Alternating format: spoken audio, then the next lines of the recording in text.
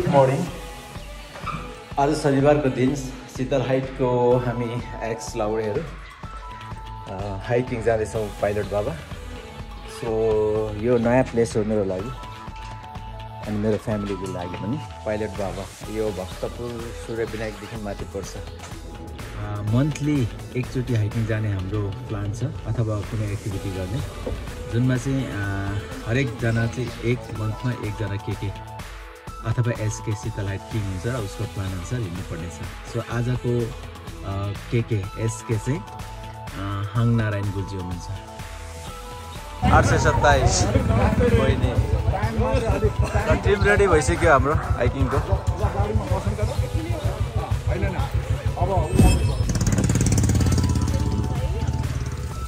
Pilot बाबा आश्रम आइपुग्यो कमान्डर गुरुजी।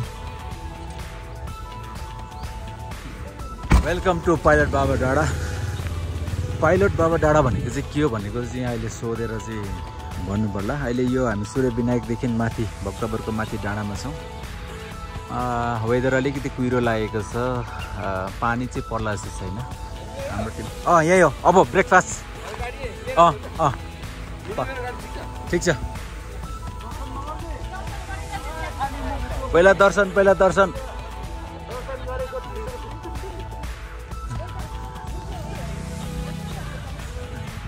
पाइलट बाबा डाँडा भनेको किन भने यार सर कसलाई सोधौँ त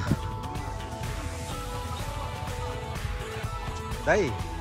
पाइलट बाबा डाँडा किन भनेको यसलाई? पाइलट बाबा डाँडा किन भनेको? होइन, पाइलट बाबा भन्ने मान्छे थियो पहिला थाहा छैन। यहाँ लेखेको छ होला है, उहाँ हुनुहुन्छ पाइलट बाबा। जय हो पाइलट बाबा।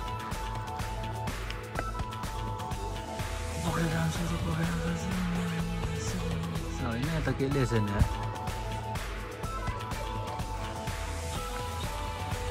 खै। के हो पाइलट बाबा? खै पाइलट आएर यहाँ के भयो थियो कि अहिले सोध्नुपर्छ। ल फोटो सेसन हुँदैछ अहिले पाइलट बाबा डाँडामा। टेन्सनमा छ कमान्डर, टेन्सनमा छ। अब सबै मिलाउनु पऱ्यो।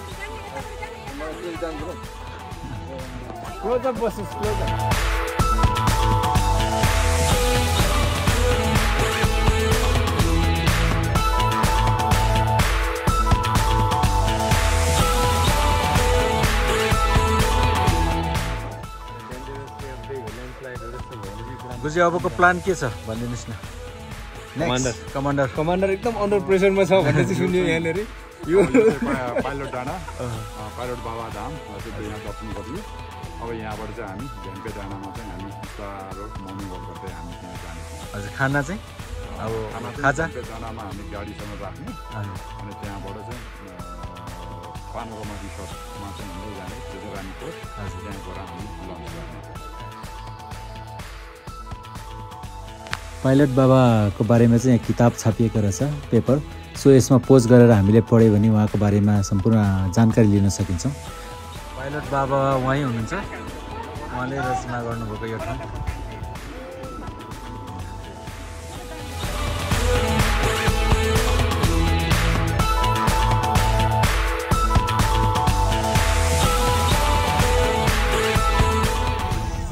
अहिले हामी पाइलट बाबाबाट चाहिँ घ्याम्पे डाँडातिर जाँदैछौँ। यो त्यहाँको बाटोहरू बल्ल देख्यो। यो घ्याम्पे डाँडा बल्ल देख्यो। अहिले चाहिँ घ्याम्पे डाँडामा आइपुग्यो। यहाँ चाहिँ घ्याम्पा रहेछ ठुलो। यसको पनि केही इतिहास होला तर अहिले थाहा छैन। त्यस घ्याम्पा छ ठुलो। अब यो घ्याम्पे डाँडामा हामी घरबाट लिएर आएको चियाहरू खाँदैछौँ। झ्याम्पे डाँडामा खाजा खान्छौँ तर हामीले मैला गर्दैनौँ, सरसफाइ गरेर मात्रै जानेछौँ। यहाँको स्थानीयवासी हुनुहुन्छ उहाँ चाहिँ। हेलो, तपाईँको नाम? कुकुरहरूले खाजा माग्न आएको छ, अलिअलि दिएको खाँदैछ।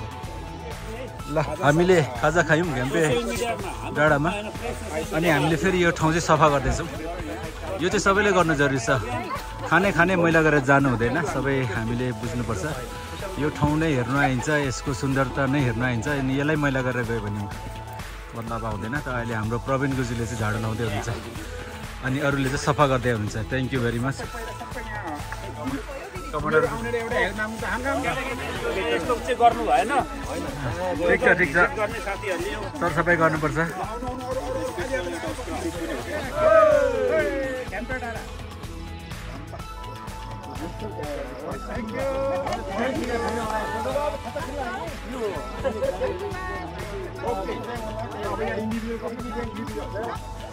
ब्रेकफास्ट भयो अब यहाँबाट हामी चाहिँ कहाँ जाने अरे पानारामा होटलमा लन्च खान जाँदैछौँ ठाउँहरू धेरै राम्रो छ यहाँ काठमाडौँभन्दा निकै टाढो छ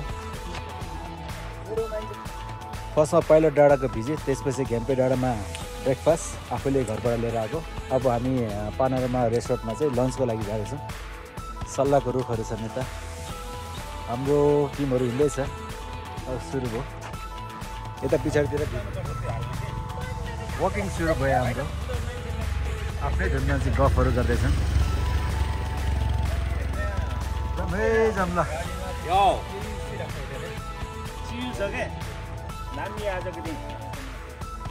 पिरो लागेको छ लेकको पिरो पाडल हार्ट सान्ता क्रुज रहेछ भाइको ओ हाम्रो लागि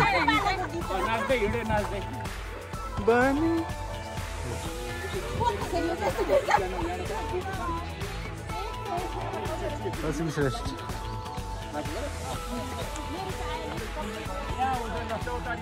सो अहिले हामी चाहिँ जाने यता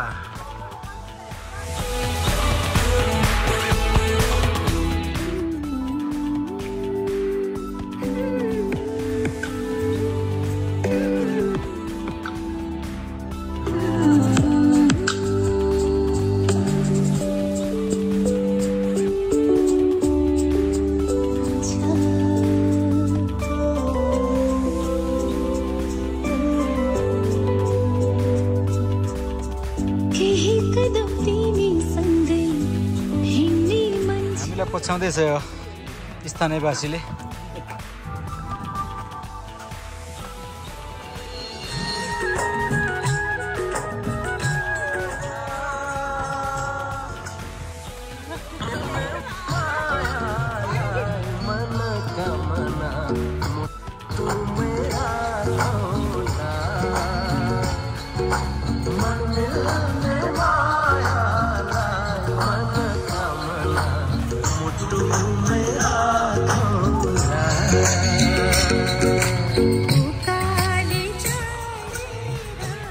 नाच्दै हेर्नु है नाच्छ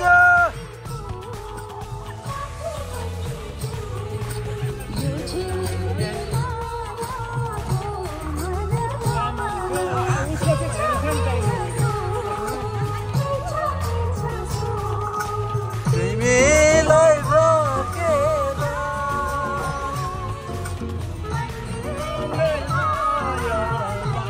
मनोकामना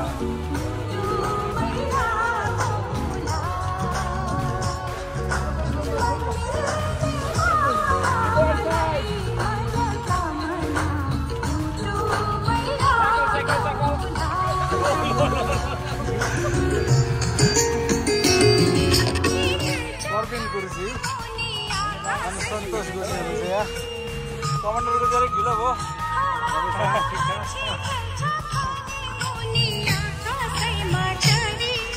अलिक स्लो भएको अवस्था लाइकली हामी 15 to 20 मिनट हिँडिसक्यौँ होला 2 km जति कमान ल स्टेप अप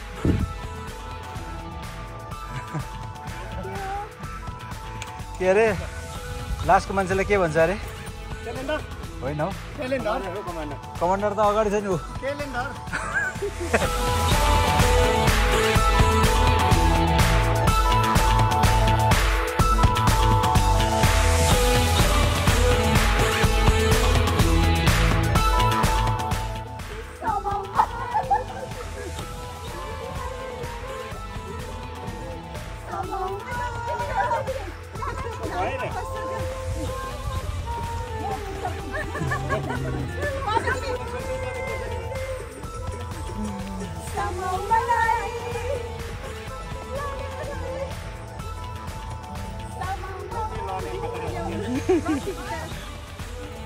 रानीकोटमा अर्को एउटा राम्रो भिलेज हाइल्यान्ड रिसोर्ट भित्र स्विमिङ पुल पनि छ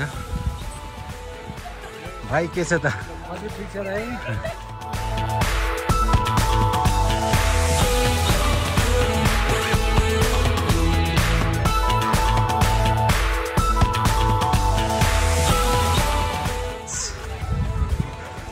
वन नाइट स्टेको लागि चाहिँ एकदम राम्रो प्लेस देखेँ मैले रानीकोट स्विमिङ पुल पनि छ यहाँ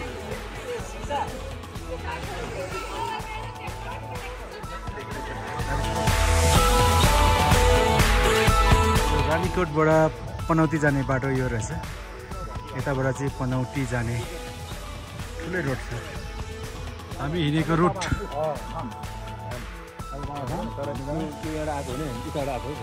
उयो बाटोबाट आएको होला यो पहाडको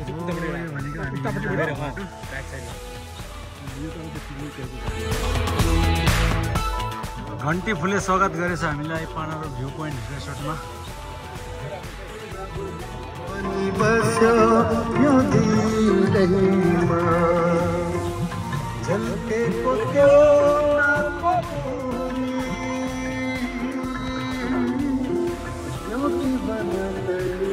Welcome to Panara Resorts. Welcome.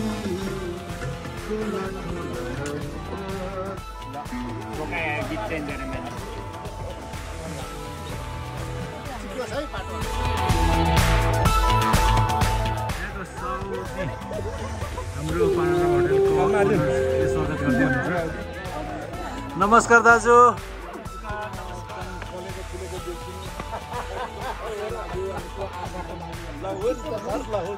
तपाईँ हो अघि फोन गर्दा फोन उठाउने तपाईँ नै होइन होइन ए हजुर अनि हावाई यातायातलाई के अवसर कोही बेला चाहिँ फुल माग्नु हो त वाचिङ सेसनमा अहिले नै किन माग्नु पर्यो होला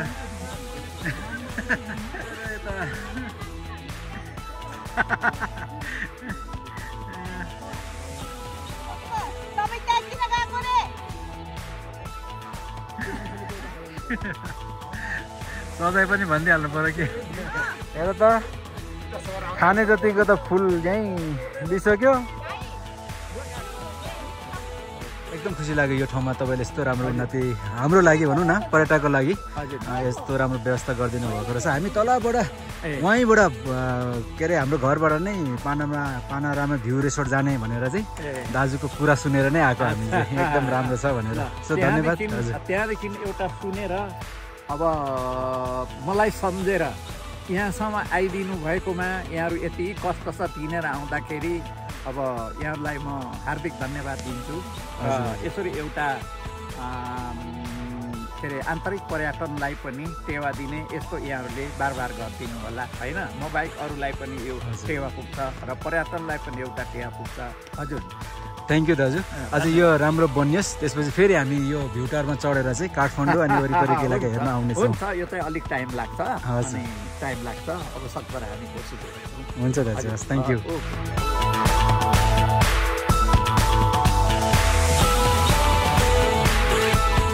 फेरि त्यो जिएलसी किन 4 चोरी भयो त्यतिखेरको जिएलसी त 4 चोरीको जिएलसी को अर्थ के हो फेल भएर हो कि किन फेल भएर हो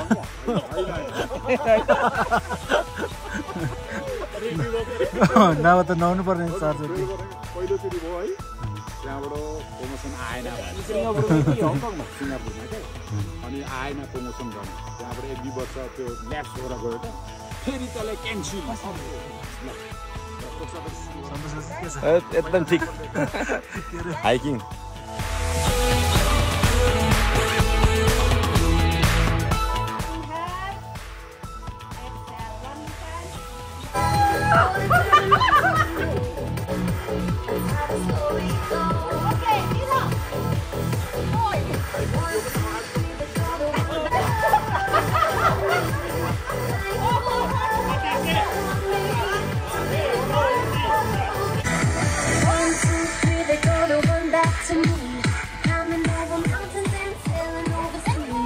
Come on, Jack.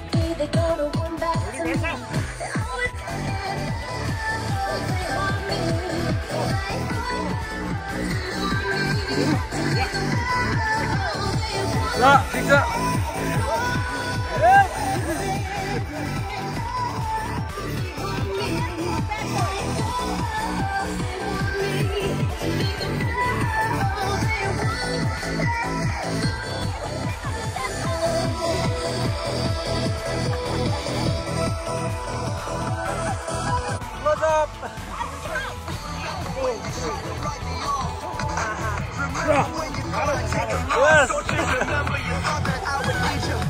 Raise your hand.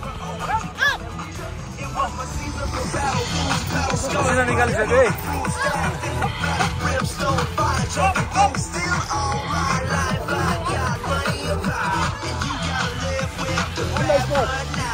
One, go. Come on. Up, even.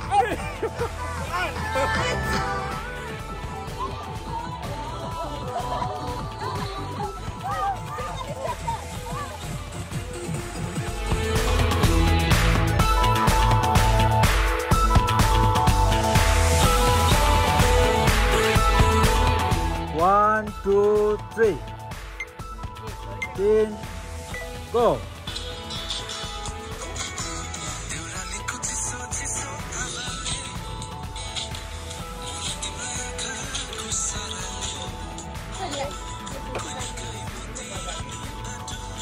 फेरि 1 वर्षपछि आउने बाचा गर्दै अहिलेलाई यो भिडियो यही अन्त गर्छु थ्याङ्क यू भेरी मच